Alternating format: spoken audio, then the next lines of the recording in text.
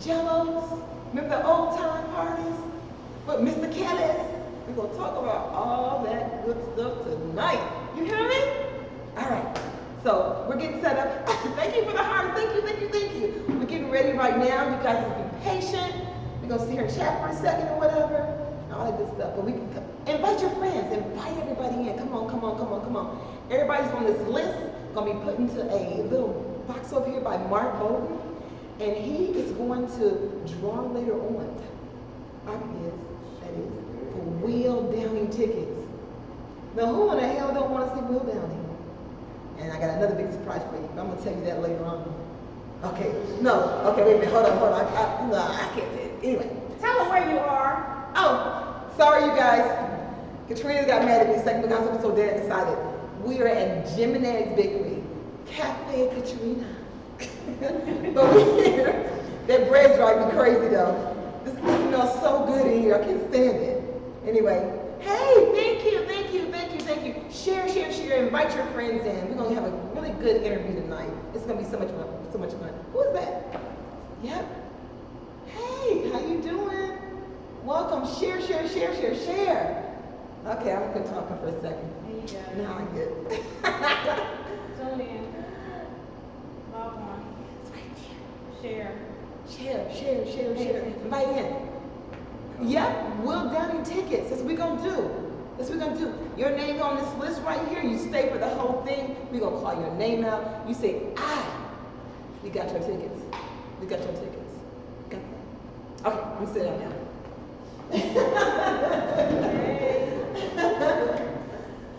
So yeah, we're going to go TikTok together.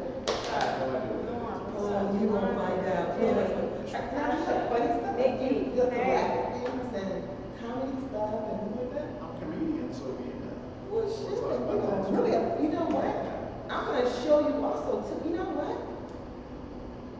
I'm going to show you a way that you can touch everybody in different countries just for being on TikTok. Y'all sleeping on it? Y'all know I do TikToks every week. I have no idea what And I know some of you guys come to my pages to see my TikToks. I'm going to slip a little bit towards you a little bit more. The curse of the TikTok. I am. Well, I love it. I love it, love it, love it. TikTok is, but it's something that you eat when you breath is so that's one thing. That's tic-tac. TikTok. No, TikTok is when you're going to finish. Tic-tac is when that breath is not right. For the record, her husband is here. Everybody knows my husband's always here. Right. No idea with this ticking and tacking. You guys wait for YouTube to tune up. Since YouTube come on, then we'll go ahead and start talking about everything you want to know. But invite your friends, tune in. Trina Mills and Mark Bowden's in the house right now too. So you know, shout out to Mark Bowden. He's gonna be the man that's gonna be putting your names into the whatever. So you guys go ahead and Okay, so go to Inga's live. I don't think we need to do I that. can't stand here and hold the phone, and I don't have a, I Oh, need to give me a I'm tripod or sorry. something like that. Yeah. But I'm gonna You share know what we Inga's can live. do is, do you want that camera's not, we can turn this after this.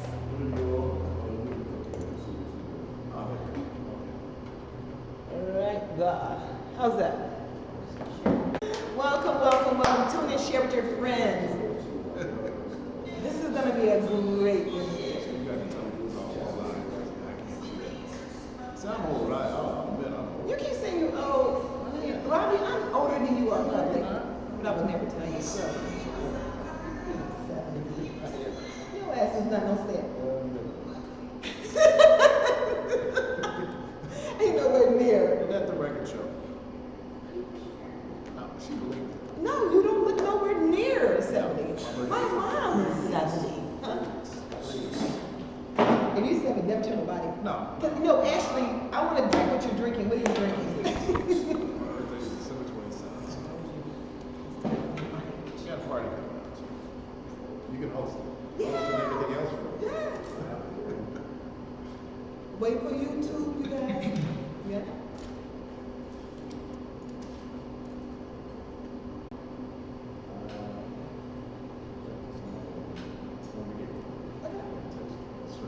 Okay.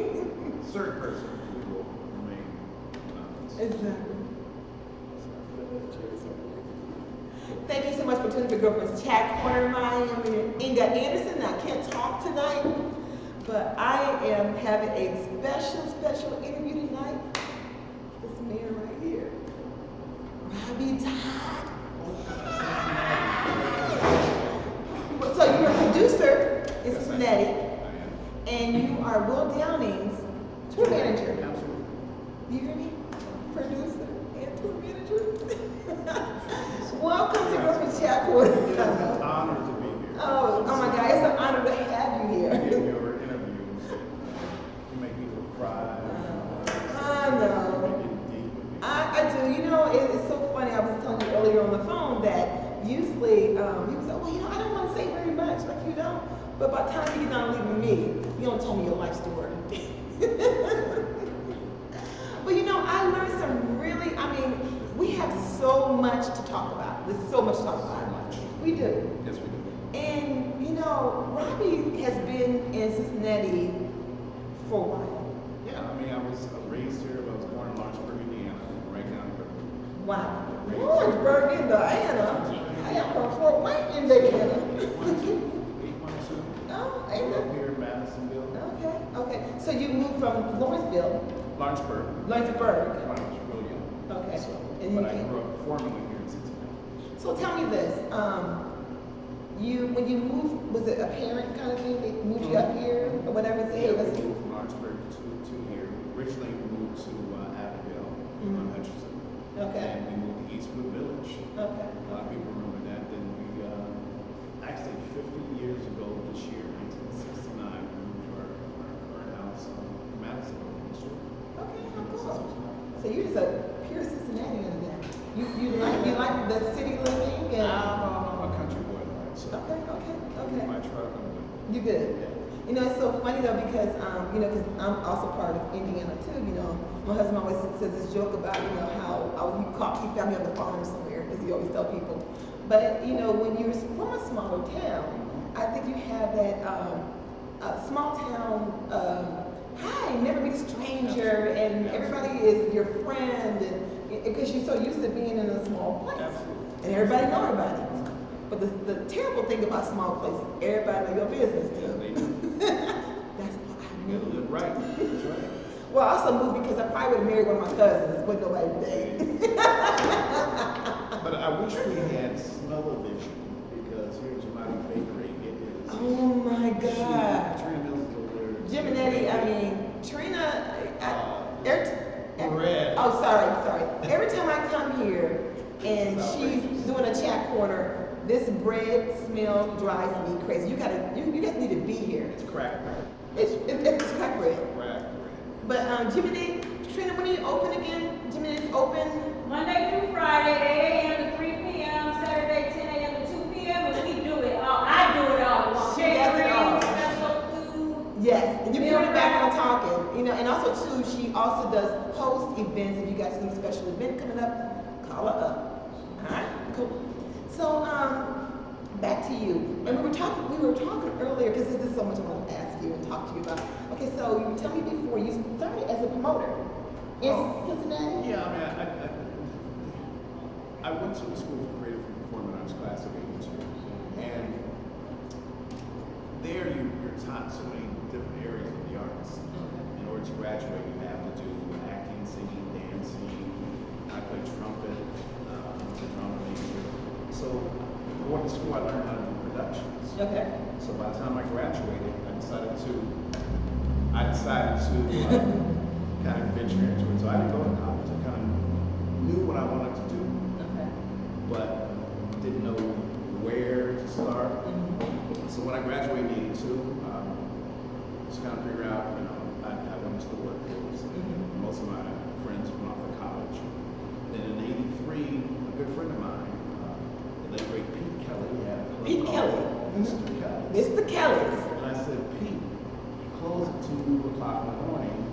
Let me do 2 to 6 jam.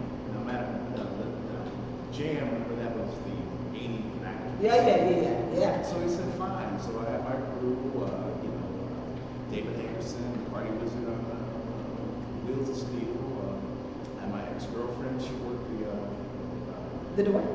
Okay, okay. and the security guy, we had like 1,200 people the first week. Man. Now, I don't know if you guys heard that. He's talking about an old club called Mr. Kelly's.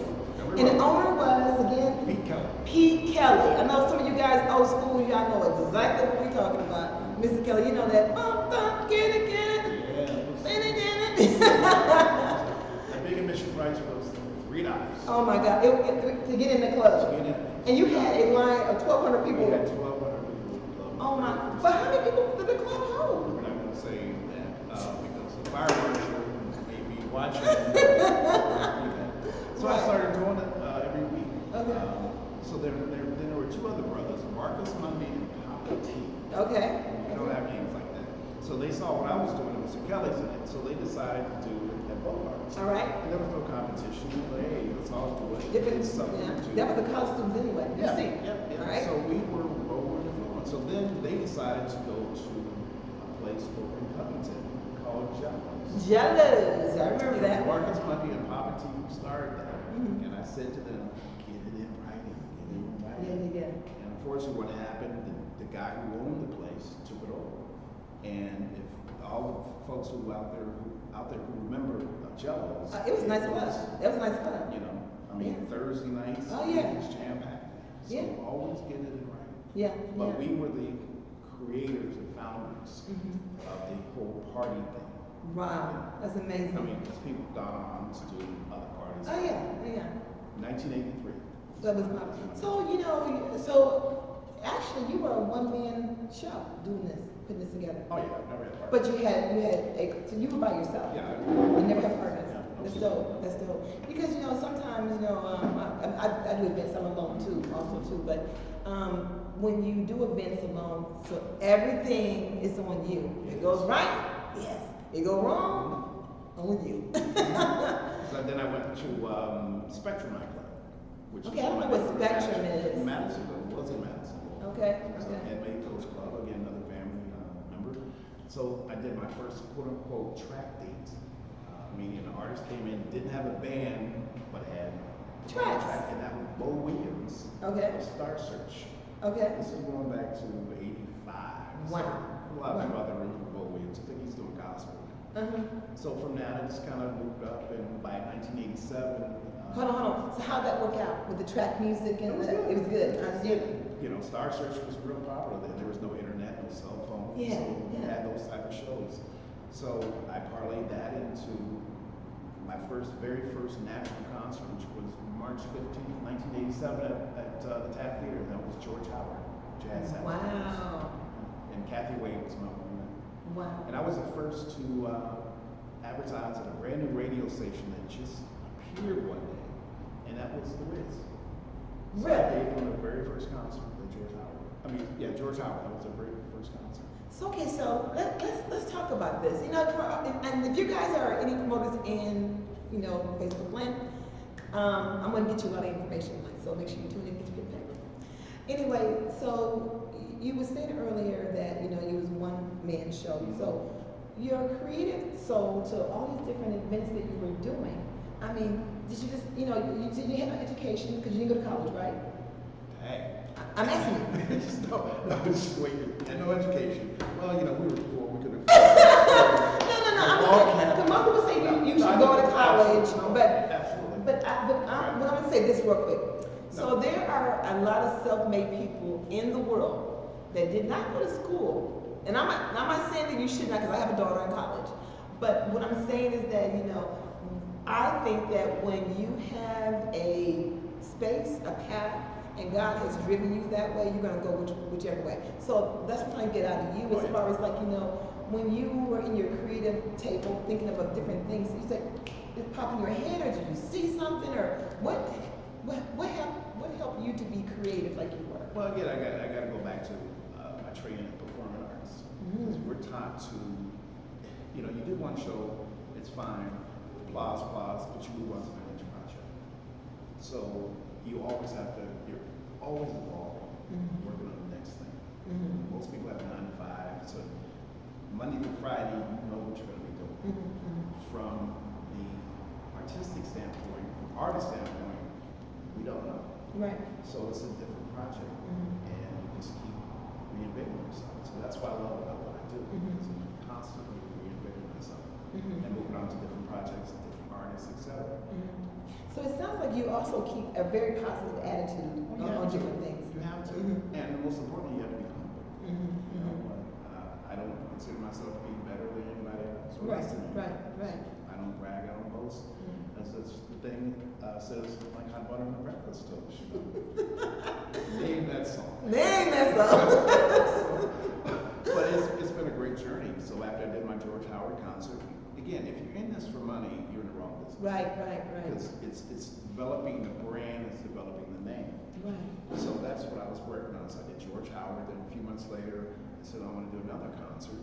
And that was at Music Hall Ballroom. That was June 7th of 1987. There hadn't been a concert at the ballroom in 30 years. So I had to write a proposal to the trustees of Music Hall. And what got me in the door was, well, he's a graduate of SCPA. Okay. So I did the presentation, and they allowed me to do it, and it was Kenny G. Wow. I had Kenny G's first sold-out concert on the Songbird Tour. You know my favorite song, I like the way you move, Kenny G. I still play, he remade that. I swear to God he did. And I played it in my spin class all the time. Ask my students. I play it all the time. It's a big song named the Songbird. Songbird, okay. And that's what really gave Kenny the crossover. I can't remember Songbird. But all the time. And he's still booking tours to this day. Yeah. But he does a lot of overseas, don't he? Yeah, Kenny's everywhere. Kenny, and we're still good friends. Kenny invested in, he's from Seattle, so you know where I'm going on this. So he invested in Starbucks from day one. So Kenny, oh my God, good. he was smart. He was Kenny smart. was playing music for fun. He got that Starbucks money. Playing music for fun. Holy moly. And I still have the contract from our concert. $7,500 is what he was paid. And his real name is Kenny Gordon. Ain't that something? I still can't get over the Starbucks thing. Yeah. I let that marinate. He came in a day early, and I was looking at my place in the river. He came down, brought a sax, and sat on my balcony and played. Wow. So that's one thing I love living on the river next to the Coliseum. So when concerts would come by, You hear it? yeah, well, I'd be involved. Because by then, after the Kenny G concert, my name was getting out there in New York by agents. So whenever a concert was coming through, they'd call me and get my advice on how to market the concert or how to avoid trouble. And what I mean by that is Run DMC and the Beastie Boy tour. Oh, okay. It came through Cincinnati. We had a then sheriff that was like, there's no way that we're going to allow women to dance in cages, so we're going to cancel this tour. So Maybe doing Rush Productions called me and they said, how can we make this happen? I said, well, can you get them in earlier? So Daryl McDaniel, DMC, and Jam Master Jay. Okay. Right. And what I did, I took them to Children's Hospital. I had the media there. But what they would do that in cities anyway. Okay. So here you have the They seem to all know. Yeah. So we brought them to Children's Hospital, got a lot of great media attention, and the concert went on. So that's how I became friends with Russell. So what you did was let them do something that was in the community, and then did you still have the girls under the cages on? Oh yeah. I entered the concert. And so that still passed because of the charity work in the beginning. Okay.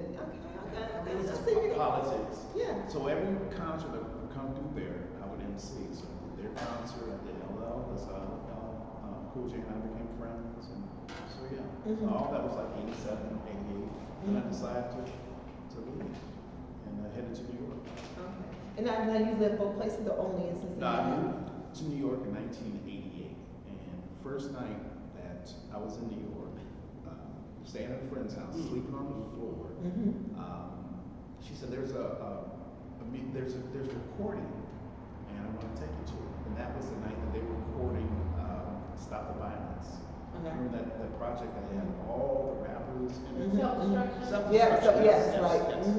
So I knew most of them, you know, from MC and the concerts in Cincinnati, LL. Big Daddy Kane was there, Slick Rick, everybody in hip hop Community. community was there. Wow. It was a great time meeting in the early 80s. Then as to pay the rent to eat, I did music videos. Oh.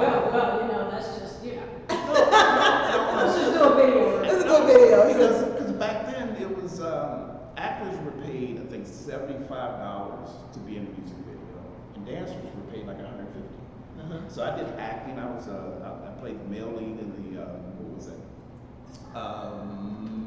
Public Enemy. His Brothers Gotta Work It Out. Okay. So you can go to YouTube And see that movie. Okay. Not afro, but anyway. But then I was like, hey, so the dancers. So a video came up. I'm not going to mention it. I said, can you dance? I said, yes. The answer is always yes. Always yes. Yeah, like, oh, shit, I want to Yes. dance. So if I try to do some of the stuff that I do now, I'd break something. Right. Sure, there's some footage somewhere. Oh, we can find Somebody something, guys. find it. Somebody Google find it. Google that. You're on YouTube. On YouTube, you guys. What was the movie again? There was a lot of videos, but Just look at Robbie Todd. I'm gonna find some and put in the link, guys, so we can see some of now, the those good thing videos. about it is I don't look like that anymore. Oh, it's okay. It's But okay. 100 pounds ago and hair, so I'm good. And my Puerto Rican hair. Let's see. Oh, you Puerto Rican straight, long way here. So then I started working soap operas because again, I said I'm not going to go to New York and work as a waiter. So I created this thing called Soap Tour where I would take people from all my children, and that's how I met my dear best friend, Christoph St. John, who actually was lost this year. And we would do colleges. Oh, Debbie Morgan played Angie and all my children, and I played a doctor and a lawyer and all my children. I used to love her dimples. Sweet. Yes. And you know, I remember you guys are. I'm old, so I don't know what. But it's like all my children's when Jesse and her they got broken up. I was like, Angie, I was crying. Yes, that was crazy. So I played Tad's mother's attorney on all my children. Okay, who's Tad? Tad had a fake mother. Tad and Tad. Jenny and Tad. We can definitely find that footage. I think that'd be easy to find. That'd be easy to So find. Tad had a fake mother for a couple episodes, and I played her attorney. Okay. So I've done television, film, etc. So you think about writing a book? I am writing. Let's see. Look at that. That's gonna be an interesting book. Yes. And don't leave nothing out. No. Don't skim. Take some things out or whatever. Because, you know, moving to New York, that's how I met Phyllis Hyman. I became part of her crew. Late great Ruth Brown, her crew. Phyllis Hyman, boy, that was a beautiful woman too. Yeah. You know, and not to bring up that stuff, but because around this time of the year, everybody has, not everybody, some people deal with mental illness, and that was one of her things, mental illness. But now, in our community, Black community, we didn't talk about mental illness, but now we're starting to talk about it. So I'm glad that's getting out, and when people have issues, they're able to talk to someone about their problems because it makes it better a little bit. But that was one of the things that Phyllis Hyman, her issue was. She was definitely bipolar, but we would have these things called the full-time chat. I lived in Brooklyn, and every day I would go to her apartment and get the mail, go upstairs, and she sit on the futon, I would sit on the floor right below her, and we would stand up and talk. Oh, wow. We talk about everything. I was her acting coach for years, and So you were close to her. Oh, So when she passed, that really hit you. Yeah, and I was angry with her for years because I thought she committed suicide. I thought she did too, did she? See, but that's what people say. That's what the news said, I thought. Yeah, but after thinking about it for years, the day that she died, she was supposed to play the Apollo Theater. Okay. I was out on tour with Bonnie Raitt and Ruth Brown. I was supposed to fly back for the show. I talked to her a couple days before. I said, hey, I'm coming back. And when I got the call, I was, just messed up like everybody else. Right. And I was angry with her. But after years of kind of thinking about it, I said, any day other than a show day, I can believe the suicide. But for Phyllis, that was her world. You know, being She loved that. She loved it. So she wouldn't have done that knowing that her fans were waiting. Especially of all venues of Apollo Theater. But on the other side, to answer that, Phyllis was an impulsive person. Like, for example, if the bottle says take 2 and, you know, within 24 hours, she would take 6 because her it'll cure me quick. Yeah, exactly. That's what it is. You know, it's, I just need quick. So it was reported that she ingested sleeping pills. So you think maybe I go sleep quick, wake up, that kind of I thing? think she was trying to take a nap prior to show, because when we would do shows, Phyllis was the most organized person in the world. We had a list of everything. So when we went to the venue, we looked like a party. She had these huge black duffel bags, everything was itemized. So, you know, we brought everything. So all that's, it starts the night before. So I can see her trying to take a nap before heading to Apollo sound shows, etc. Right. Yeah. But it to this day it hurts. Matter of fact, the Phyllis Hyman crew was supposed to get together to celebrate that. Wow. That's deep. I mean, that's a good story. I mean, that's terrible though too, because I mean, like I said, the news said that, and the way I heard it years ago, and it's in, I think it was on BET or somewhere. Oh, sure, it was all. Yeah, but she and her lover had a boyfriend or fiance. They got into an argument or whatever, and he left or whatever. That's what I was always told, and she committed suicide because of that reason. No, because she was dating a guy named William Earl Ray, who was a sweetheart. He lived in Dallas or somewhere like that. No, William. I think that was a false. Yeah, maybe so. Because that song came out. I can't take this, about this feeling. That came out, and they were saying, you know, she was talking about her man in that song. Well, see, Phyllis, like Will Downing, they we're going to talk about it in a minute. They have a built-in fan base. Oh yeah. Almost like Frankie Beverly. Frankie hasn't had to record. And we don't care how Frankie sounds. We're like, hey, I won. Right. Phyllis had that same thing. So we do concerts, and it would be 98% sisters. You know. So as a single man, I lost my mind working with Phyllis Hyman. I've never been hit on that much in my life. And I was enjoying every minute of it. Lord have mercy. And she let it go for a couple of shows, and I was like, yes. And she said, okay, check this out. You have to ask yourself, do they see you as the man, or do they see you as the man who can get them back to me? And that was 28 years ago to this day. You still have that question in your head. Theory. So, you know, I think we mentioned a little bit about that. You said the dating in this type of world now, it's kind of hard because you can't tell if somebody wants you for you or for something else, you know? No, I mean, being single now for 2.5 years, I haven't dated anybody. And again, you have to ask yourself, do you see me? Or do you see me as a person who will go down as tour manager? Because as a tour manager, we are the gatekeepers.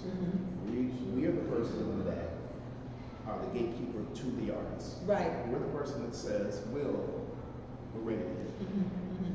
So people, women, or people, I should say, because you know, it's all anonymous, they know to get to that person.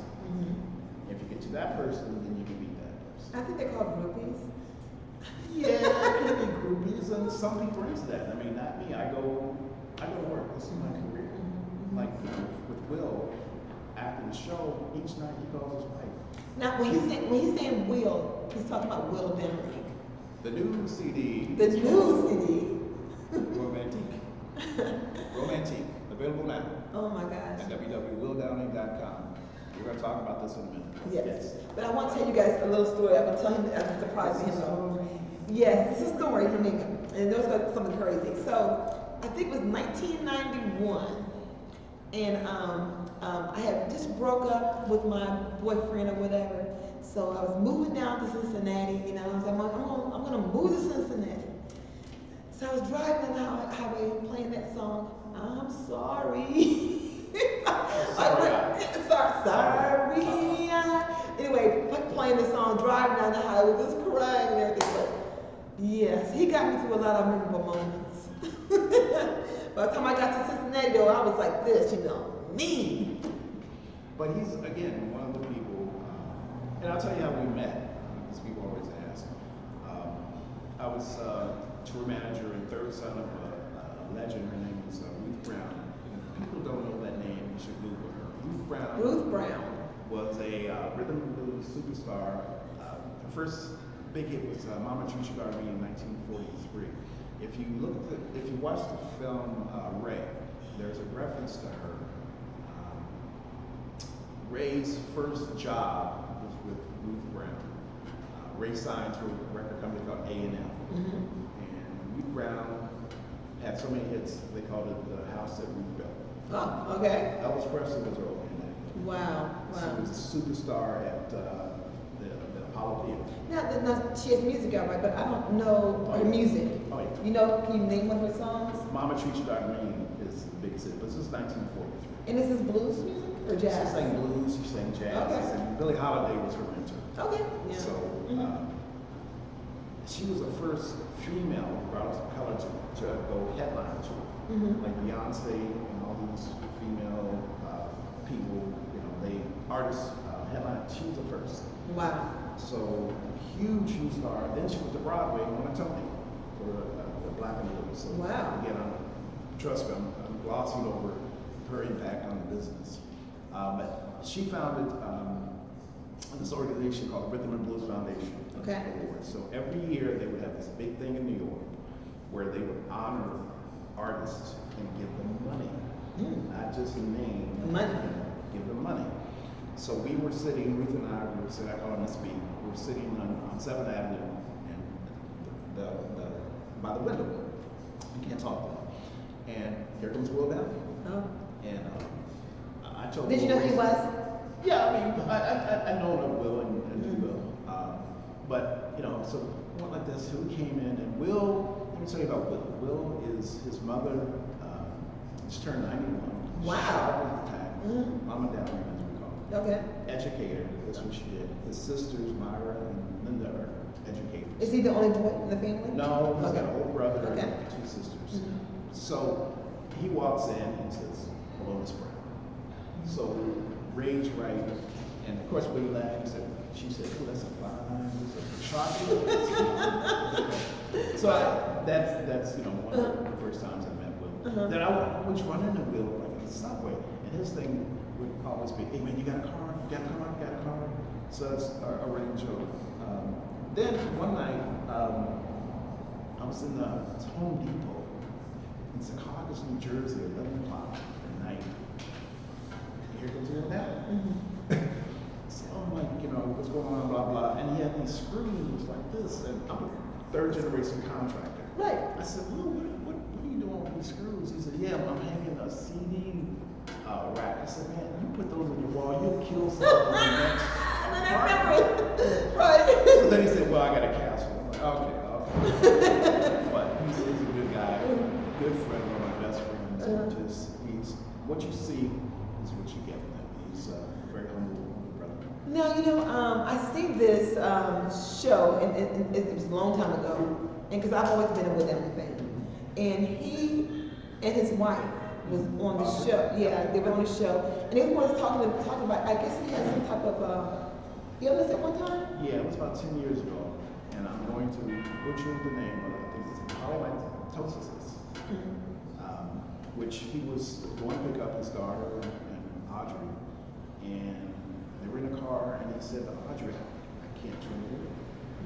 So she took him to the hospital, and that just turned into Couldn't walk a with him. 2-year thing where basically at one point he was paralyzed for those nights. Yes, that's what he was talking. Then it just. Yeah, that's what he was talking about that, and I'm going to myself, but he was talking about how.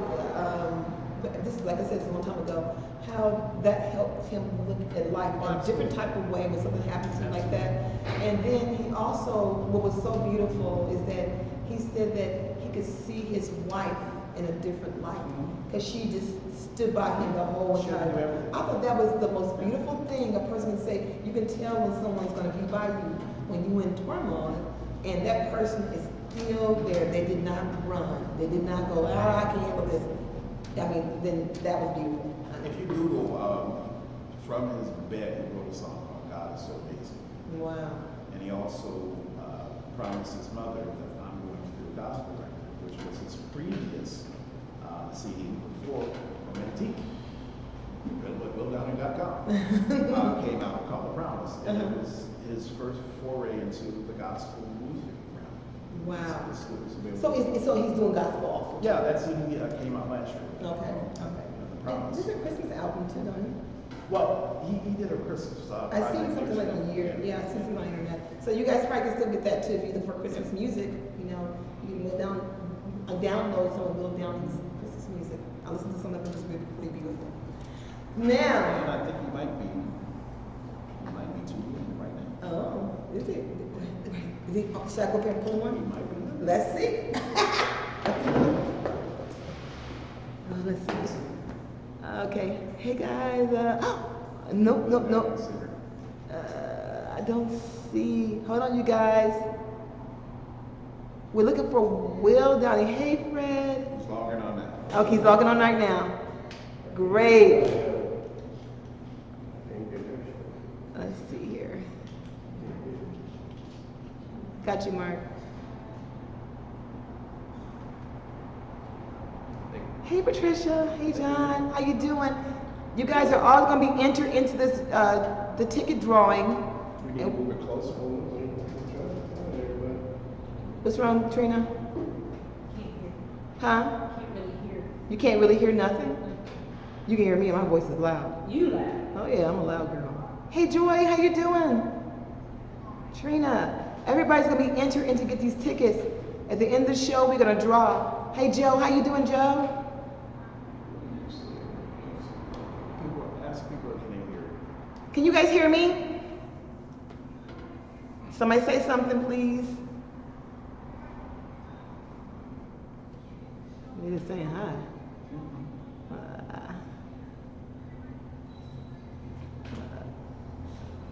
And then mine's already turned up too. I don't see Will Downing yet though.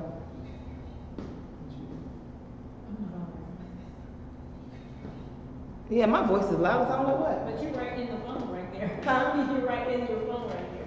Can you what's that, please? Huh? Can I see you for a second? Yes. Hold on 1 second. Right there. You're live. What's that? You're live. That's good. No. Huh? You put it right in front of you. I did, I'm sorry. I'm not having support. You know? It's going across your screen. This is because, Yeah, that's okay, but you're in my screen, right? Are you inside there? Yeah. So much what you do, just share everything, just keep asking them to share it too. So, once they put it in there. But, oops, sorry. On my screen, we'll do, I can hear. I feel like it's like a Okay, thank you so much. doing something. You may as well entertain because they're watching. I know, right. I need to be tipping now. Let's see those dance moves. Right. Okay, guys, so we had technical difficulty. So what we're trying to do right now is Mark has a line and I'm telling everybody's name that's in here to be put in. Oh, wait, hold on. I can't see the names. I see Will Downing now. What's up? Here he goes. So Will Downing is in the feed, you guys. There he goes, right there. Hey. I can't hear you. I can't see the people you see. You can't see? Oh, no. Absolutely. Hold on 1 second. I can't see the names. You better come over here and look at these then, Mark? See this on your Okay. Yeah, I seen him online. That's I did. this call. I know, right. Only Katrina. Oh, hold on. Only Katrina, what she said? Yeah, he just said what up. Oh, what up? Yeah. So the man, the myth, the legend is on. He is online, so you guys can see. Your show. Your Yes. website. Facebook, welcome, Will Downing, and Hey, Will! I'm just the chauffeur. It says, they're gonna find those dance videos. Oh, London, I know. He said you're gonna find your dance videos. That's my friend London Dix of 50 years. Oh. We had our first band together. London knows everybody. You know, he was actually on Girlfriendz ChatCorner one time. He was. Basically with Alter Egos. I think they're playing tomorrow night, so I'm gonna go check them out. I Yeah. do sound for them. Do you really? Yes. Oh my I God. sound Hey, London. London was Hey, the Robert. drummer back Hey, then. Freddie Red. Yeah, Freddie Red. Yeah, from the Wiz old time. See, we used to work at Radio 1. Everywhere. Yes. He's a legend. Legend Radio Freddie. legend. Uh-huh. Absolutely. Hey, kid, Jacqueline, thank you for tuning in. So you've been around for a while. Jello's, Mr. Kelly's, all the different places around Cincinnati. What made you just want to come back? I mean, you've been everywhere, right? Yeah. So what made you say, you know what, this is where I need to be living? It was family. I was living in New York, had a great career, great life, working with some great artists, and I went to New York as a bet to myself. Okay, what was the bet? Well, the bet was I could go with nothing and make it in New York City, and that's what I did. And I flipped a coin; it was either New York or LA. Gotcha. Then, prior to moving to New York, I lived in Atlanta briefly. I worked at Barbizon School of Music. I taught, Barbizon Modeling Agency, and I taught theater there. And you're still teaching now, though, too, aren't you? yeah, I lecture every fall in universities. Okay. And then your lectures are over just promoting, or is it over? Well, it's about the entertainment business in So I guess you could consider marketing. Well, yeah. I mean, I do Northwestern University, Eastern Kentucky University, and a couple others. But it's fun because I'm lecturing to students who want to get into the music business profession. Gotcha. So it's an honor, and it's one of those things where, you know, in my brain I'm sitting back like, wow, you know, I only went to high school to get lecturing on college level. Wow. So No, it's a but blessing. it's experience. Yeah. All your experiences you've had over the years. It's a blessing. It's a blessing. Wow. It's a blessing. So yeah. So right now we're gonna talk about what you got coming up, because that's what he's here for. Because next week's gonna be the biggest weekend for him and Will Downey. Let's talk about that. Well, at the National Underground Freedom Center, they have a series called Freedom 55. It started last year with our good friend Jackie Dace and former President Dion Brown, and he said we want to bring in music to the Harry Tubman Theater. So I talked to Will, and he's a big museum nut. He likes all things culture. Fell in love with the National Underground Freedom Center. And it's really So nice let's too. do it. Yeah. So it's your way to see a balladeer, and that's what Will is, in an intimate setting. Okay. Now, we do concerts of all sizes. For example, we did a huge jazz festival this summer called Sea Breeze, and it was 10,000 people. Wow. Last weekend, we were in Atlanta Cobb Energy Center, thousands of people. But to get a chance to see a singer like Will in an intimate setting is priceless, because you can really appreciate a true artist, you know, who can actually sing. Right. And I say that because, again, there are a lot of people who pretend they sing. Okay. I'll be nice. But there's a rarity nowadays of actual singers. So, for example, if there was no band, can you continue with the performance? Right. Will can. So it's a blessing to be able to bring him to a venue like the Freedom Center, where you are up close and personal. And then we have to be at the experience. So do you think that when a person can sing without a band, is the better singer? Or is this just the way, I guess, the naturals? Well, no, I think where I want to go with that is, I'll give you an example. And you can see, we're on YouTube as well. Google Stephanie Mills tape breaks. Okay. Stephanie was doing a show, an outdoor concert, and I guess the heat caused the playback to run slow. So she said, turn it off. So she and her background singers sang without music, and they killed it. Wow. It's called acapella. So that's a true singer. You know, again, I reference Ruth Brown, I reference Phyllis Hyman. Phyllis, for example, was, to this date, I haven't heard another singer whistle. Really? Phyllis Hyman. Wow. Because people forget that part of her show. And Phyllis, she would do the same thing. She has a book out. Well, a book was written by her, by Jason White, where they reference a story. Because after each show, she and I, and a couple of crew members, we would go to a diner near her house. Okay. So we're in there eating, and Mariah Carey walks in. This is 1990. Okay. So I said, Phyllis, it's Mariah Carey over there. She said, okay, go. So I get up to go over there, and her. Oh yeah. I'm like, hey, man, Say back.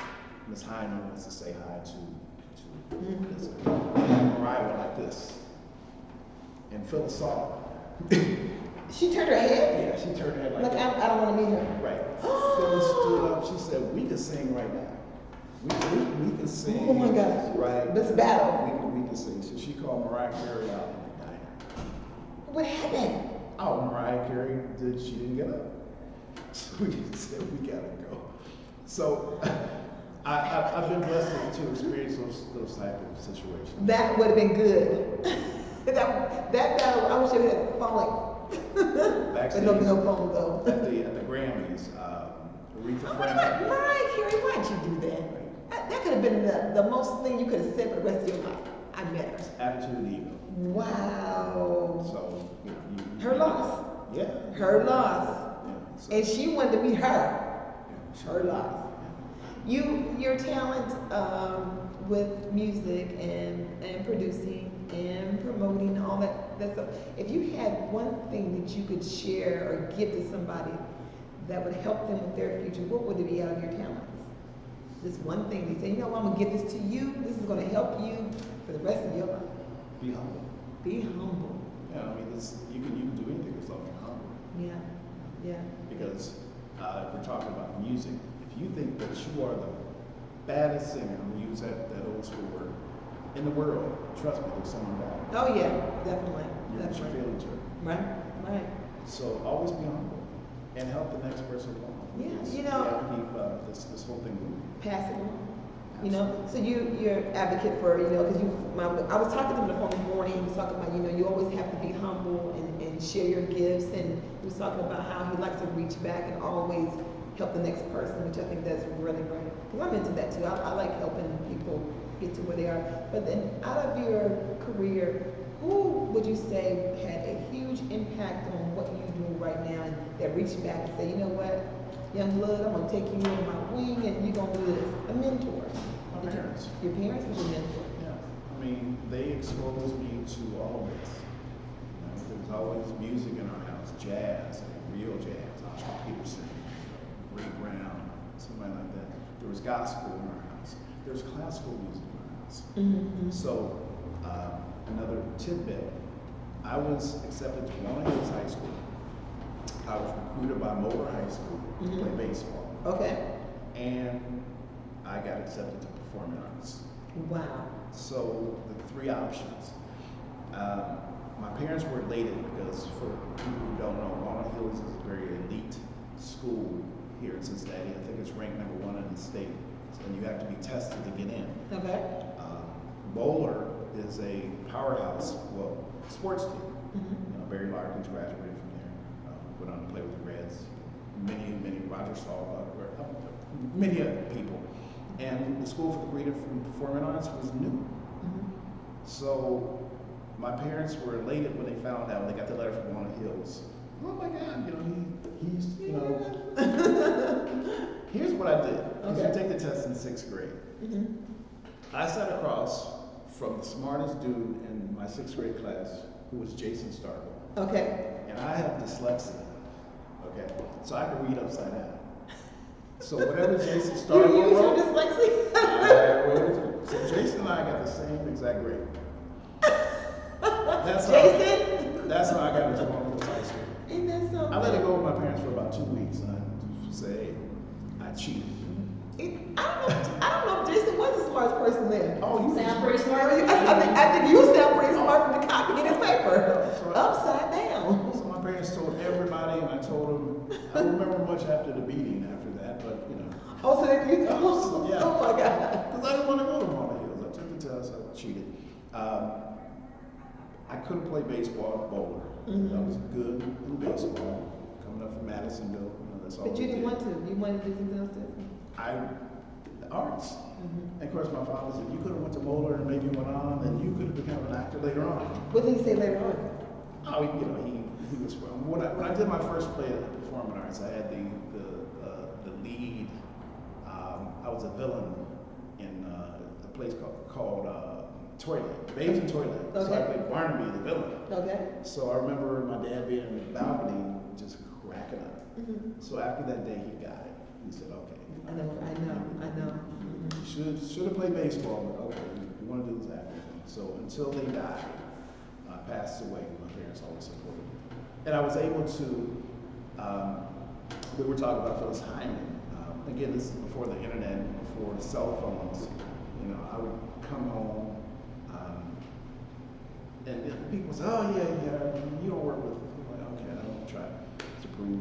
Right. So Phyllis, that was their daughter. Mm-hmm. Phyllis, I talked to your dad today. Really? So she had this whole relationship with my parents and my family, my brother Patrick, my sister Carmen.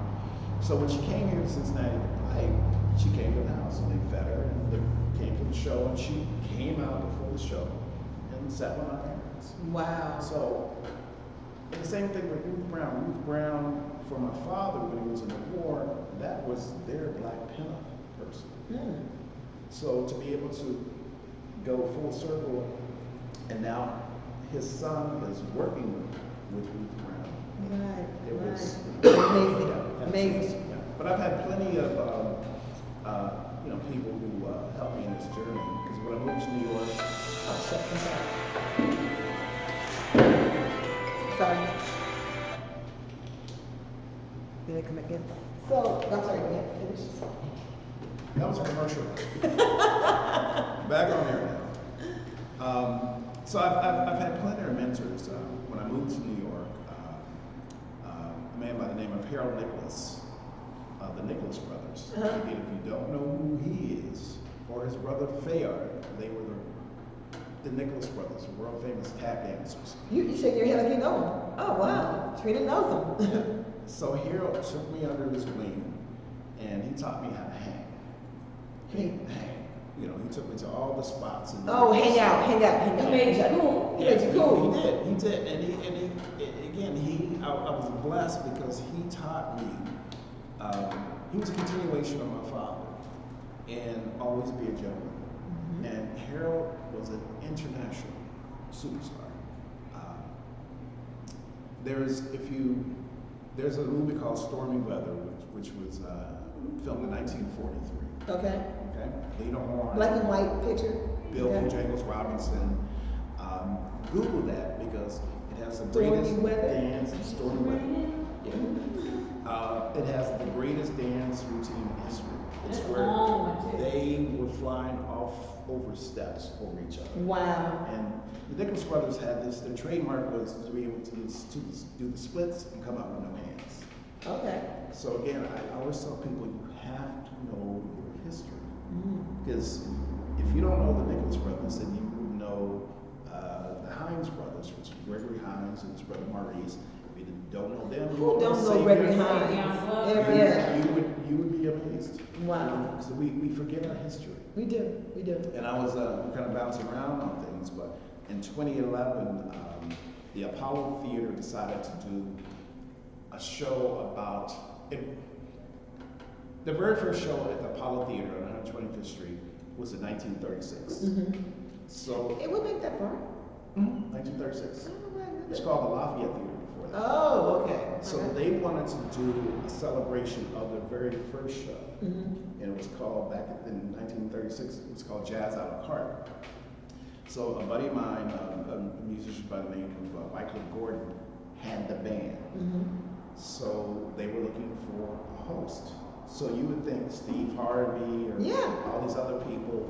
Well, I beat out Steve Harvey, and I became the host, and I performed 2 comedy routines at the Apollo.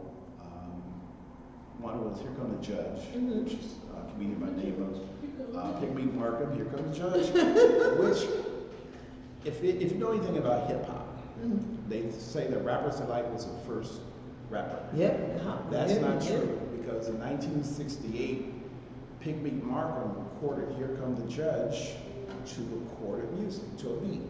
So technically, Pigmeat Markham was the first to But nobody knew what it was. record. Nobody knew what it was. Yep. And they actually didn't have a name for it. Yeah, well, I mean, the word rap goes back to. Now I'm talking about the Pygmy Michael. Pigmeat Markham. Did he say rap, or did he? Was he okay, so he I didn't. mean, but the word rap, I mean. Let me rap to you. Yeah, we've been using that vernacular for 100 years. I mean, I can tell you all kinds of people use that. But so I did that. Here Come the Judge, and also did this routine by a comedian by the name of Dusty Fletcher. Okay. And you got this routine, which was again another hit called "Open the Door, Richard." And that routine, when I did it in 2011, both of those routines hadn't been done in 40, 50 years. Wow. Is that on YouTube? I don't know if it's on YouTube or not, but it was 2011. 2011. But Steve Okay. Harvey and a lot of people were mad because here I am, no name, quote unquote. I got that. Wow. And the funny thing about it, we were talking about Will Downing, his parents were there. Mr. and Mrs. Downing came to the show. Now, mind you, they're New Yorkers. Okay. So they had a chance to actually see Pigmeat Markham and see all these Apollo greats in real time. Wow. So I remember when Mr. Downing was a man of few words. Okay. So I came off stage and I greeted them. I said, "So, Mr. Downing, was that funny?" He said, You're all right. so he's passed now, but that meant a lot. Yes. Now your comedy. Are you the writer of your comedy? All your jokes, or? Well, on that particular show, it was, I did routines of other comedians. And what actually took me to New York from Atlanta, we were talking about that earlier. I submitted an audition tape for Saturday Night Live, and that's what took me to New York. I was Wow. a finalist for the cast of Saturday Night Live until Eddie Murphy made a phone call. And that's how Chris Rock got the show. Wow. So Chris Rock beat you out. Well, no, Eddie Murphy Beat made you a out. phone call to Lord Michaels because it was down to me and another comedian. But you gotta admit, Chris Rock is funny. Yeah, But That wasn't your path. yes, it's all good. So I'm going back into, we were talking in the very beginning of this. now, our did chat. you? I know we almost like we talking about all kinds of different things. I told you we had a lot to talk about. But living color. Did you? The Wayne brothers. Have you ever met them or? Yeah. I mean, they're from New York, so. Yes, so I said that because they. Well, I got after that, I was in New York, so you have to hustle. So that's when I created the Soul Tour. So then the whole music side, Romantigue with Will Downing, WillDowning.com. He said I need to join in. Who did? Well, that See, Yes, I'm trying to. Did he? He has requested to be on screen on his side. He's requested to be on screen. Oh, okay. He said I need to be on camera. oh, well, Girlfriendz ChatCorner. Let me try to put him No, on. he wants to be. No, y'all keep going. Keep What's- going. Okay, I got you. You know how I am. I was like, well, what is it now? But the state of comedy then was, it was the early 90s, and Eddie Murphy was huge. And I did the original improv off of 9th Avenue. And I said, I don't do four-letter words. Oh, you don't curse. And I don't use the N-word under no circumstances and under no variations for it. That's just a personal thing. I don't use that word. I wish that word died, personally. But anyway. It's So- a horrible word. It So, is. so then what Eddie Murphy's company was doing, they were going around to all the comedy clubs and signing up all the young comedians. So to an upcoming performer, that's you call mom and dad, mom, Eddie Murphy wants to sign me to, but I came to New York already as a producer. Right. I knew the game. Right. So I said to this gentleman one night, I said, why would I want another comedian to manage me?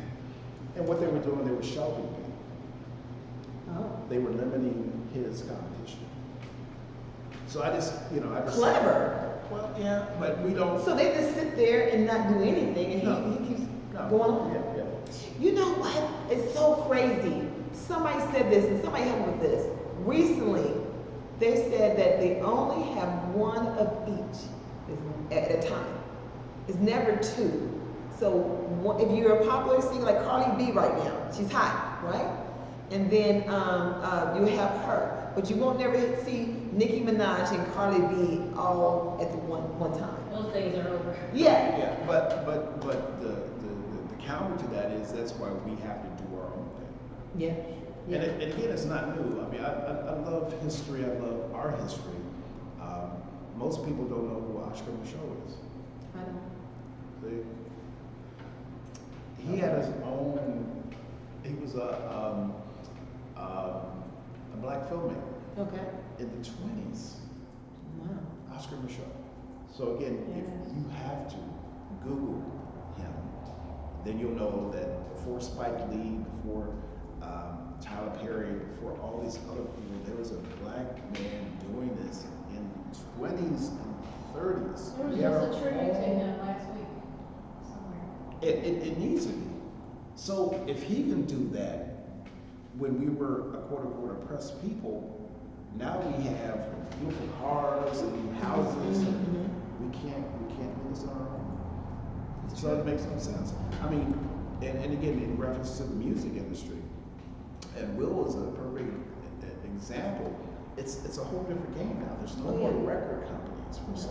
No. There's no more big agencies anymore. Yeah. Like I'm Will's tour manager. Will basically manages himself. He's one of those few artists that he's a producer, he's a writer, he's obviously a singer, and he manages himself. You know. It's because that little box right there we're looking into right now. It helps me get a talk show. I mean, no one would give me a talk show, but with these things right here, I can do it myself. But we have the tools. We have the tools to do it. But we have to stop the crabs in the bucket syndrome. Yes. And do it ourselves. Yes. Like, people now are hating on Tyler Perry. Like, why? I think he's Do amazing. his thing. But do your own thing. If you guys ever get a chance, Tyler Perry, Steve Harvey, Kevin Hart, you should do it too. They have motivational speaks on YouTube every single day. And every day I go on there and listen to all of them. And there's some women too. But you plug in motivational speakers, you can say black or whatever, they all come up. But Tyler Perry's story is so freaking amazing. And I want to say this one thing. Did you guys know that Tyler Perry was turned down by Steve Harvey? And Steve Harvey said that was the worst thing he ever did. He told Tyler Perry, I don't really know you, man. I don't know nothing about you. And at the time, Tyler Perry said he was homeless. But he came dressed up to the, whatever. But at the meeting, but Steve Harvey didn't want nothing to do with him and said that, man, I don't know nothing about you. But Steve Harvey, when Missy had an interview with him one day, he said, that was the worst thing I've ever done to somebody. Because again, I go back to what we were saying earlier. You have to be humble. Do. Because the same people that you step on the way up are the same people you pass if you fall. Right. And like I was saying, so the power of this thing that we're on now, before it was the power of the pen. Like for example, like when I did All My Children, for example, I had my mother get all her girlfriends and write and say, we want to see that doctor again. Because each letter that the studio received represents, I think, 5,000 people. Wow. So, and again, referencing Will Downing and music, if you don't hear on the Cincinnati radio station Will Downing music, call the station, email the station, send a text message or social media. So that's the only way that you're really going to hear Will Downing on your radio station. You have to call. Because the radio folks, they're bombarded with product. Right. But if you want to hear Romantigue, Will Downing, WillDowning.com on the radio. He said sell. Sell. So you guys, if you guys are on TV Land and Mark Bowden and Katrina Sprees right now, do me a favor right now. Flip your phone over, look at your feed, go up, search for Will Downing hit follow. Everybody hit follow, support. Then turn back around, go back into your phone again. Toby, Todd, follow. Hit it. She was calling me Toby. Sorry, wrong. No. She's dyslexic tonight. No. She went to the Roots. Cause she Toby. She interviewed Toby. I know that. There's a Toby. No. See, Robbie, there's a Toby, isn't there? Yeah. No. There. What you've done now We is... tried. No, you've given Will Downing. I'm not going to hear the end of this. He's going to call me Toby. He's gonna do it. Don't do it, Will. Don't do it. Don't let me do it. Yes. Will you guys follow him, please? But if you want to hear his music, like for example, the single off of this is called Deja Vu. Guess with who? Who? Avery Sunshine. Avery Sunshine. I like her. She has a beautiful smile too. And if you're not hearing it on the radio, Good call. afternoon. Which leads us to, we're going to take over her interview next Thursday from 7 to 9 at Everybody's Records, hosted by Will Downey is going to be doing a signing at Everybody's Records. And we have limited copies of Romantigue. Girlfriendz ChatCorner. So make sure come out to Everybody's Records from 7 to 9 and check us out. And don't forget the biggest thing right now. You only have a few tickets left. Anyway, we're giving away some tickets tonight. But Will Downing will be at the Freedom Center December the 14th. What time is the show? See, I know Lisa. Toby! Sorry, Robbie. I'm sorry. Lisa is one of my good friends, and she's helping out at the concert. She's in charge of all of the volunteers. Everybody's telling you Toby. I'm sorry. It's gonna be a t-shirt. Because Toby is from Alex Haley's Roots. Toby. So anyway, Well, Toby, Rob. Okay, anyway. she's gonna dig this whole. I'm not gonna dig at all. I'm just gonna shut my But mouth. we only have 49 tickets. 49 As we tickets start left this for December the broadcast. 14th, you guys. 49 tickets left for the Will Are Downing. they on Eventbrite or what? Eventbrite.com. What do they say? Will Toby. You're right. They don't should live that down no more. Yes. And see, after we do Cincinnati next Saturday, see, we're driving that night going to Detroit to finish our Will Downing 2019 tour at the Motor City They still Casino. doing it? It's Will. I'm ignoring him. Oh my jaws are hurting now. He's going in on you. The Will Downing tour ends in Detroit on the 15th at the Motor City Casino with our two special guests. It's Eric and Eric. Will every year does a Will Downing and Friends Soulful Sounds of Christmas. Yeah. Oh, So this nice. year our special guests are Eric and Eric. Eric and Eric. Eric Roberson and Eric and Eric. And we just seen him. We just seen him. Yeah. Yeah. At the Ludlow Garage, you know. Perfect picture. I was there. You did perfect picture. That's one of the other places that I work with is in Ludlow Garage. I think they got Norman Brown coming next Friday. And guess what? I got a picture with Eric. Norman Brown, that is a wonderful. That's next Friday. Nice. Yeah. So my thing is this: you have to support live music. You do. I mean, you got Will coming next Saturday. The night before, you got Norman Brown with Mary Meadows and Bobby Caldwell. Wow. So I Wow. host most of those shows there. That was a good show. The Eric show, I was out on tour with Will.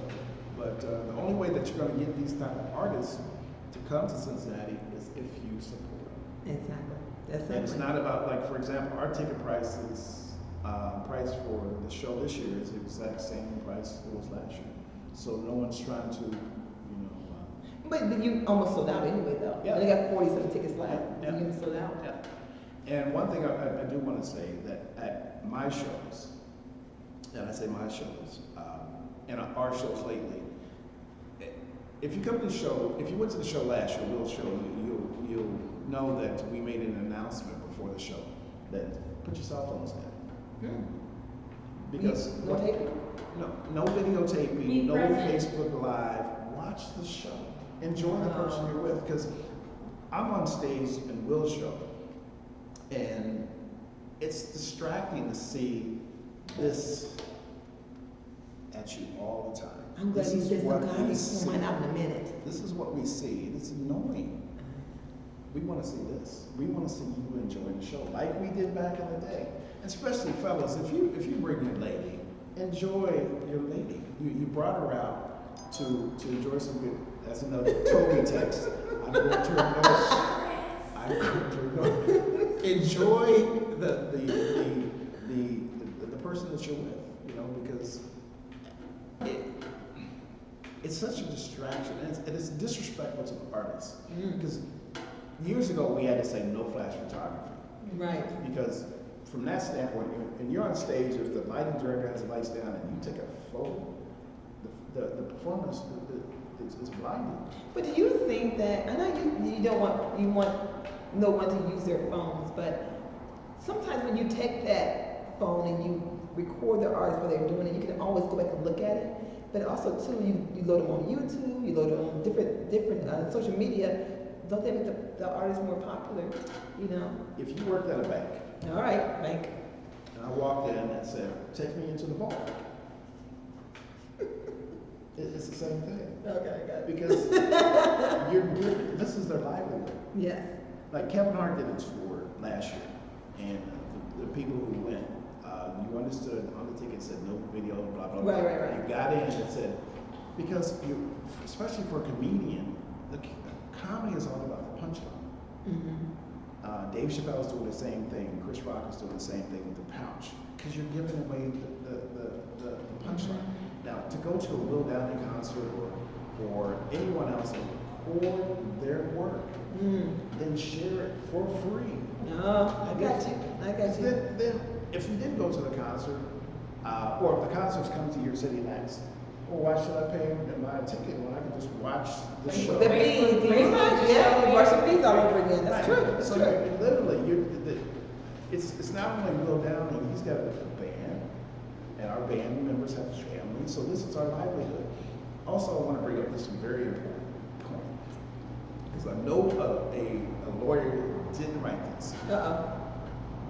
When you post a video and you say, or music, and it says, and you write, "I do not own the rights to this music," Yes. you are confessing to a federal crime. Think about it. I do not own the rights to this music, but I'm going to post this music anyway. So you're confessing to a federal crime. It's a federal crime to share that type of, it's copyrighted work. You don't have the authority to do that. Now, that came from Facebook years ago. Right, not by an attorney. But it was, it was never validated. No. And then I hear that you put down, say when you get a song and you go in there and you put the artist's name and the music, then that's also giving them credit for the music that's okay to do with them. Is that right? No, it's for example, NFL, all major sports teams, throughout the broadcast, you hear whoever is doing the announcing, no parts of this broadcast can be blah, blah, blah, without written permission of NFL or whatever, sports. It's the same thing. It's illegal. It's a federal copyright. You do not own the rights to someone else's work. And it's just disrespectful. But what about if you're someplace they play music in the background? No, I'm saying broadcasting. I'm only talking about this whole phenomenon of cell phones and especially Facebook. So you go live, and then we got music in the background. And we're at a club, and Snoop Doggy Dogg is playing in the background. That's inconsequential music. Oh, okay. Because the club has to pay rights and BMI and all this other stuff. But if you share, like Facebook Live, someone's live performance, it's against the law. And it's disrespectful. A lot of artists are stopping their shows. Because they're recording. Yep. Wow. My friend Bonnie Raitt, she does that. Last night. London says, see, he played a lawyer on all my children. I did. But it worked too. I'm not an attorney, but I did play one, yes. But yeah, so at the Will Downing concert, you're going to be told up front. No phones, no videotaping. No videotaping, no Facebook Live. And the last point I'll make on that, why would you want to share it for people who are too damn lazy to buy a ticket? Think about it. You bought your ticket, so why do you want to show it live to people who are sitting at home who are too lazy to buy a ticket? This is what you missing, girl. I'm at the Will Downing concert.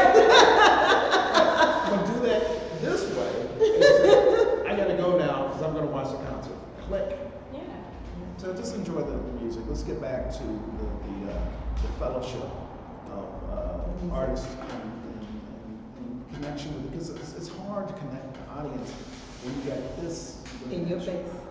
The Will show is interaction. Well, you know what? I can't wait to go. It's gonna be so much fun, and I cannot wait for a romantic evening with Will Downing. And I think coming in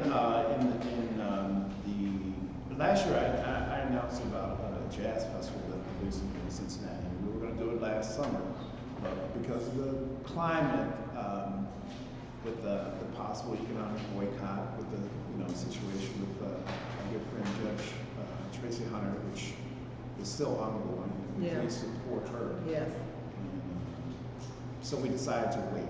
Okay. But the new date is September 4th and 5th. It's called Cincinnati International Jazz Festival. It's going to be down at Smale Park. Because I've always wanted to bring a festival to Cincinnati. Okay. A smooth jazz festival. Yes. Down on the waterfront. So the dates are the 4th and the 5th. And I can share with you, so that's a Friday and Saturday night. And I can share with you, we're still working on the lineup. As founders, probably in February to let everybody know exactly who is coming. But the headliner for Saturday night is Brian Holmes. Oh, okay. So, Wow. September Now, 4th. will Nana be here too? We don't know. Oh, maybe. We'll never know. Well, Toby, guess, Robbie! He gonna kill me. That's why I'm drinking. He gonna kill me. Well, you know, y'all got me all bombarded with that thing, and then Okay, so Inga, I Yeah. want to go back really quickly about that whole crabs thing because you named people that big names in industries that are, kind of supporting each other. But Inga is probably the epitome of trying to help Yes, she is. other people. Oh, thank you. So that people need to pay attention to that and notice that. I think they're starting to notice we in her circle, we know it because we have our loyalty, but Inga is all about helping, uplifting, grabbing, Yeah, my friend Trina, she breaking. gonna make me cry. You better not mess up that makeup. For those who don't know, I'm gonna do a commercial for them. Gimitti's Bakery, Katrina Mills, they do a jazz series here at her place, here on Gilbert Avenue. And it's they have all this wonderful brunch food, they got mimosas. Unfortunately, they do it when I'm on the road, Katrina. Like right now, the back there's baking this bread that is just unreal. And I'm sitting here going like this. That's okay, because you get ready to eat. I got you. But yeah, but that's why I reached out to the sisters, and I said I want to come on and talk to you about the show. Obviously, she's going to be at the show, and also do a connection.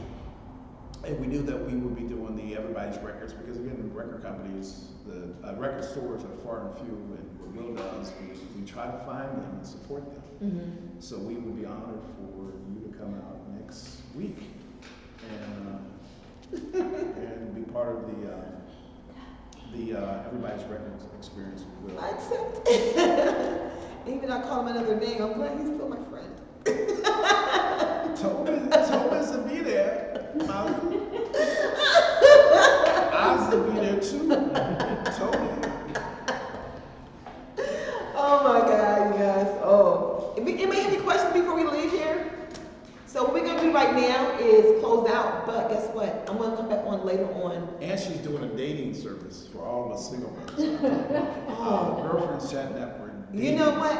While you're playing, we did one last year. Men like myself who are looking. Oh, you did? Yes, we did. Chris We did Paul. one. You know what? I'm gonna do it again because he said that. All my single brothers and women. We have more women that are single, but there's not very many men that are not unattached. So I'm just another looking for one. one. That's, But you gotta meet a whole bunch of them to meet one. yeah, but it's. So let's talk about it. What does a Robbie woman look like? What is she? What does she have to have? You can't do without. All her teeth. Chris said all her teeth. Yeah. You really think watch Will's response on this one. What does Toby want? He said Toby want food. Toby wants Kizzy. Kizzy. Wait a minute, hold on. We have a couple different single guys in the audience too. Mark Bowden also is single too. Mark knows. I gotta hook him up too. So what do you want? No, it's hard to find just honesty. You know, a straight up person who's honest. Because I don't want to be on the road worrying about what's happening back home. So it's a trust issue as well. Oh, okay. Because when I go on the road, I'm going to work. I'm not going out to hang out. Right, You right. know, I will tell you, we eat chicken wings at the end of the show. So that's. So you want someone that's faithful to you, and you faithful to them. That's what you're talking You about. have to be faithful to each other Yeah. because it's the same thing. When I'm on the road, she doesn't have to worry about anything. And the beautiful thing about what I do is, if you're available, you can come out on the road with me. Well, So the we thing have about it, you think that connection. women may be a little bit intimidated by that because you are on the road, and you meet so many beautiful women. I know that's there. You meet so many, and you think that the woman be a little bit more like, you know, insecure because you're not around. How often are you gone? Are you gone a lot? It depends on the tour. So it depends on what it is, and then you. But again, if your relationship is strong and you have trust in each other, that's the main thing. Mhm. Because if I want all these other women, why would I be in a relationship with you? Well, let me give you some advice. Well, say it again. But you know what? Judge. I can fix your problem right now. We'll screen them for you while you can work. Yeah, but And I was screening for him. And you know what? I think you need to get a woman that is used to traveling like you. Let me tell you why. Likewise. Because she's used to always being on the road. She knows that type of life, you know. And then when she's traveling and you're traveling, it's not a big deal because she's already doing it. Well, I mean, yeah, that's. But you get someone But then that is, if you get someone that is staying at home and not used to traveling, not travel, but used to working and travel all the time. Really, I don't know that. Not used to working and travel all the time. That person will start, you know, feeling like neglected because they're not used to. They always at home and they're always alone because you're always on the road. Well, that brings out the romantic in me. No meeting. Well, let me tell you something about this road. This project is his nod to the great Romantiques. Okay. People like Barry White. Well, he's got the great heritage. Yeah. Oh, that The retro Raws. music. So, and it goes into what we're saying. It's I was raised to be a king, to look for his queen. I was raised to open the door for you. Mm-hmm. I was raised to be a chivalrous man. Mm-hmm. You know. So my thing is, if you're not looking for that, then I'm not gonna do it. You know. More importantly, it's all about trust. If I commit to you, you don't have to worry about anybody else. I'm an open book. You always know where I am. Mm-hmm. You can come out on the road with me. Mm-hmm. But on the same token, I don't want a woman who sees all this, the benefits of my job. Mm-hmm. I'll say that. The byproduct of my job. I think that's a better way to describe it. The VIP, the backstage, and all the other stuff. And you use that to attract other men. Because because this thing called Facebook. It's all likes now. Mm-hmm. So you use, again, we're talking about Will Downing. So you use, my man is Will Downing's tour manager. So let me get all these pictures of Will Downing, and you're on Facebook and blah blah blah. Then when I'm on the road with Will Downing, you mess around with the local dude. So. Yeah, that's not gonna work. No. So then, you know. Then how about not tell them? So, The crazy people that you meet, don't tell them. but then that you're not being honest. No, I didn't say not. You know, I'm saying don't tell me and don't bring it up. If they don't ask you, don't bring it up. Well, in that talk, that first dinner. So what do you do? Just let it happen I'm a organically. Yeah. But that's it? But that was fine before we had social media. That was Ah, fine before we had the yeah. internet. Yeah, that's true. But again, then to me, then that's starting it out on a lie. Or a white Yeah, lie. I got I'm you. gonna be honest, because I'm proud of what I do. Mm-hmm. I've worked my ass off to be in a position where I work for Will Down. I'm rated one of the top in my field, and that's based upon who you have. You know, I have Will Down is one of my clients. I have a couple of Marcellus brothers. So I work with a lot of people. So I worked hard to gain that reputation. So, ladies, if I have a dating matching for Robbie Todd, who would want to come on the show? If you want to come on the show, go ahead and hit that button and say you want to come on the show. We'll set it up. If you do, get his name right. Now, and I know my friend Wendy Jordan and my sister Carmen are like, no, we have a screening process. They can come. They can come to the screening process. So I'm well protected. Because again, you know, I do all these events, and it would be nice to take people like the program I just gave Katrina. That's next month. So Hey, that's between us. I gotta get a date. So, you know, like last year I took my dear friend Kitty Lattimore's singer, her name was Alita Arena, and she was a perfect date. Good person, lives in California, we had a great time. So that was super nice. Well, guys, guess what? We're gonna close the show out. Was that fun? 49 tickets left. Let's see how many we have. Wait, okay, so though Carmen, you say yes, I can hear you. Yes, yes, I can hear you. Wishing, yes, hello, hello, hello. All right, guys, thank you so much for tuning in to Girlfriendz ChatCorner. I really appreciate you guys. What we're gonna do right now is, what is it? You gonna do the drawing now? Yeah, what we're gonna do now is I'm gonna close up the line. I'm gonna count the tickets up, put them in the back. Make sure we get all the fees, because I think we don't have these fees right here. Right. We don't do I it. don't have that fee. No, so I'm gonna put this feed right here that we're looking through, and then I'm gonna come back on live, and then I'm gonna pull the name for the tickets. All right? So you have to close it? Yes, I got it. Well, I just don't have to look at it. Well, if you guys want to stay right there, we can. Come over here, Mark. Mark's out. No, he don't have these. Oh, your feet. I Huh? don't have her fee. Are you on my? She's on my feet. Can you see? Okay. So I'm gonna pull a name. I'm gonna text Will. Then let him put the name on the thing. Is that good? That's payback. Okay, for so, oh, gotcha. Okay, so Robbie's gonna pull the name. Then Will down, who's on this feed right here, is gonna post the name, okay?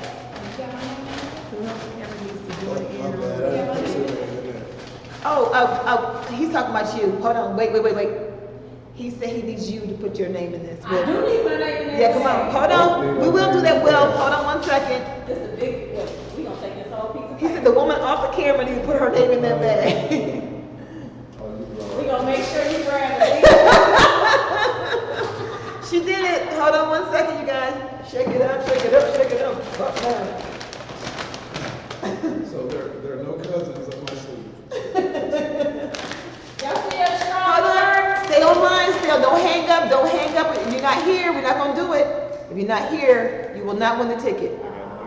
Okay, so you want to, Text it to Will, or Will's gonna post show me it. the next time to the person's online still. They have to stay on. Hold on, stay online. Okay, let's see. Hold on, you guys. I gotta look for this person's name. Look, yeah, show them to the name. Hold on, looking for the name right now. That's Katrina. Huh? You still didn't see. Oh, this right here. Hold on, one second. Somebody said Toby want food. Toby, he need a what? Wait till you read through all of them. Oh my God. With a friend like Will, Robbie doesn't need Ready? anything. Will said, don't change the subject. That's what he was talking about. Security. London said he needed to be rescued. We were kind of Oh. ambushing him. It is coming now.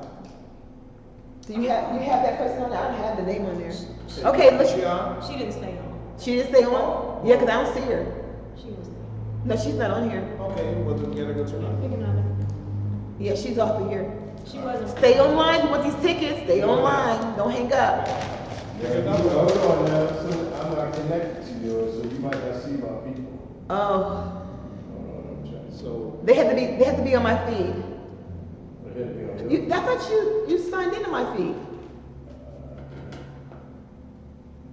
all right, Yeah, pick another one. yes. It's only 2 people on the feed. Huh? I got 12 people over here. We know her. Okay, let's see. Make sure you're still on here. Hold on. You guys, don't get off this feed, you guys. I'm trying to get these tickets away.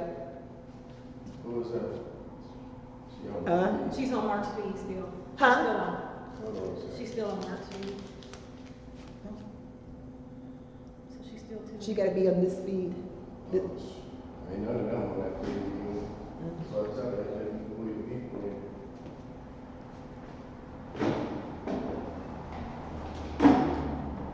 You want more time? On my Facebook friend, she Huh? can't be on your feed. I know, huh? On my Facebook friend, so she can't be on your feed. No, that's why I had him pull it in. That's why I had you pull it in. So she was on through Mark's. She was on my Mark's feed. share. Go I ahead, couldn't go ahead join and it. do it. I couldn't join it.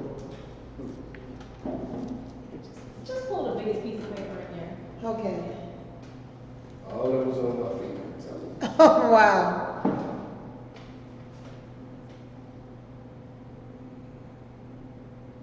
Okay, hold on, guys. One more. I'm still looking for the persons on the feed. I'm still looking. Hold on. We're getting there.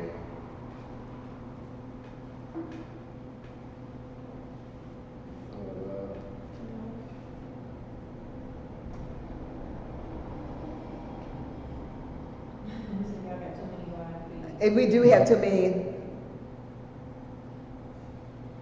Okay, wait a minute, 1 second.